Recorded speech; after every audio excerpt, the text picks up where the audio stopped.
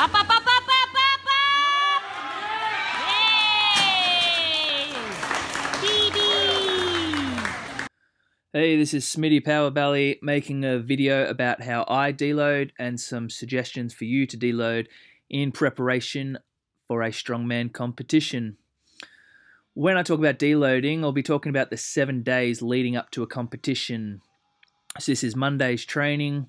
This is 6 days out from the competition, as the competition is this Sunday. I'll be competing at Static Monsters World Championships.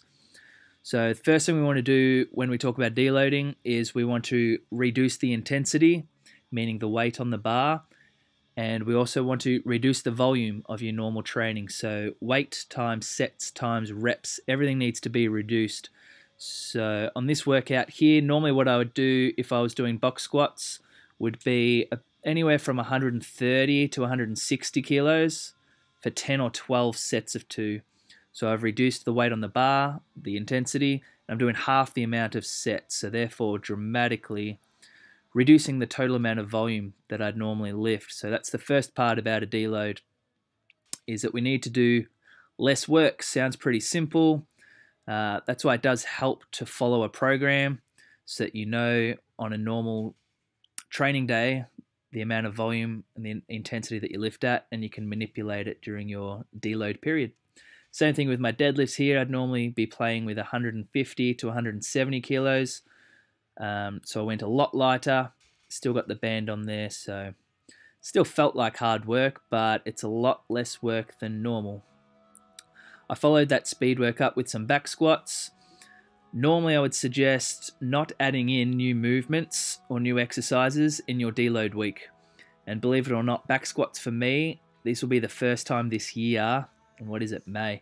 It's the first time this year that I'll be doing back squats. So I would normally suggest not doing this. Don't add in new stuff, new movements during your deload.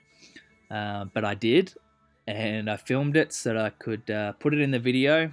So do as I say, not as I do. The reason I did back squats is I have decided to do a powerlifting competition in August, and obviously back squats is one of the movements tested, and I just wanted to see how they would feel, keeping in mind that all I've done this year so far and the second half of last year is box squats. And I changed the camera angle here just to see how my depth was, and it's about right. Lower on this one here. So they felt really good, and I followed these squats up with a bunch of accessory work. Well, I shouldn't say a bunch, a little bit less than normal amount of accessory work. So I did 2 sets of standing abs. Normally I'd do 4. I did 3 sets of good mornings, which is normal. I just went a little bit lighter. 1 set on each leg on leg extensions, and I did 3 sets of as many reps as I could with the hanging knee raises. So accessory work stays high for me during my deload periods.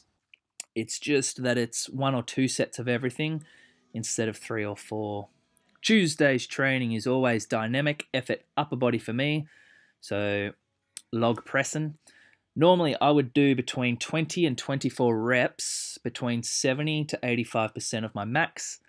Today I kept the weight about the same. 108 kilos is a really good working weight for me, but I just did 6 singles, so literally a third of the amount of work or volume than I would during my normal training. So that's deloading. We're deloading the body, still moving, so we still feel good, but a little bit less work.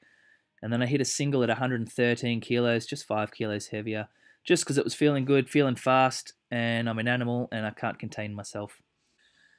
Lots of accessory work for the upper body as well. I did movements that I'd normally do, but instead of doing 3 or 4 sets, I did 1 set, sometimes 2, with a lighter weight than normal. So just a normal, this is called deloading. If you don't know what deloading is, you can still train. You don't have to be lazy. You just do less work than normal.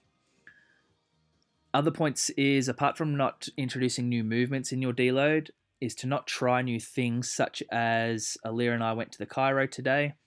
I wouldn't add in things like that during your deload. You need to stick to your plan and what you'd normally do. If there's changes you want to make to your training or changes you want to make to your nutrition or recovery, you need to do that during the next training cycle and give your body time to adapt. Alira and I go to recovery every week at P3 Sports and Recovery, And we also go to the chiro every week, which we did today.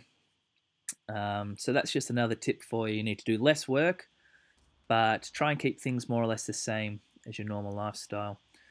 We are off to Gold Coast tomorrow to compete at Static Monsters, and I'll put up another video at the completion of that as a bit of an update.